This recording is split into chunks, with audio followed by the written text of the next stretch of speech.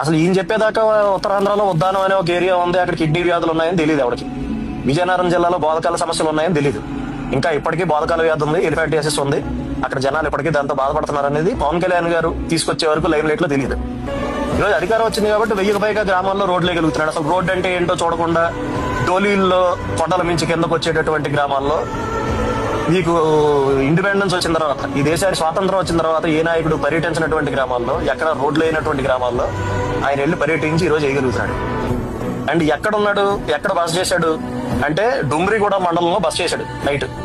సరే ఈ డుమ్రిగూడ మండలం ఏంటి అంటే మీకు అసలు గుర్తుండుంటే 2018లో ఎమ్మెల్యే గారైన కిడారి సర్వేశ్వరరావు గారిని, తర్వాత తెలుగుదేశం పార్టీకి అక్కడ లోకల్ లీడర్ అయినటువంటి శివేరి సోము గారిని, వీళ్ళిద్దరిని కూడా మావోయిస్టులు కాల్చి చంపేశారు.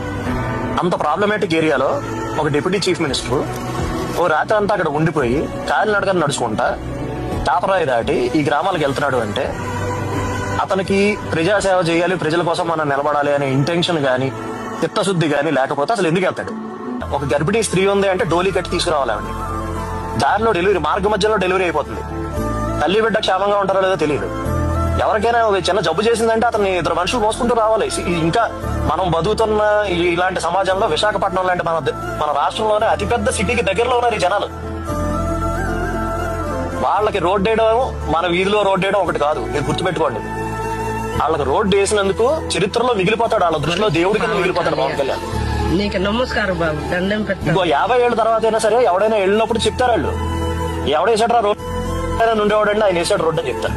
ఇది వాళ్ళకి జీవితం. వాళ్ళకి అంత గొప్ప పని చేస్తున్నాడు కాబట్టి దయచేసి వీలైనంత వరకు మీకు ఎంత చేతనైతే అంత పబ్లిసైజ్ చేయండి. ఎందుకంటే అతను ఏం చేస్తున్నాడో చూపించే మీడియా లేదు, సెలెక్టివ్ గా చూపిస్తుంది. 7ంటికి స్టూడెంట్ సెంటర్ లో ఉండాలరా అంటే 8:40కి వచ్చిన పవన్ కళ్యాణ్ మీద 10 మంది తోసేస్తే అది చూపించే మీడియా ఉంది తప్ప 70 ఏళ్ల నుంచి రోడ్లు లేని గ్రామాలకు రోడ్లు వేస్తున్నాడు పవన్ కళ్యాణ్ అని బ్యాన్ రైట్ రాసే మీడియా లేదు. ఆయనకున్న మీడియా మీరే.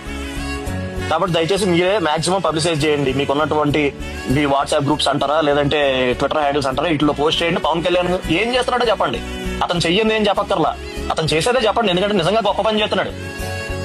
5 సంవత్సరాల్లో ప్రభుత్వం 90 కోట్లు ఖర్చు పెట్టిందండి వాళ్ళ రోడ్ల మీద. ఈ రోజు పవన్ కళ్యాణ్ ఎంత శాంక్షన్ చేశాడు? ఇది చెప్పండి చాలు. మనం చెయ్యింది ఏం చెప్పుకోకర్లే, బాగా ఊదుకోకర్లే, ఫేక్ న్యూస్ లో ఫాస్ట్ ప్రాపగాండాలు చేయక్కర్లే. మనం చేసేది చెప్పుకుంటారా బాబు అంటున్నా అంతే.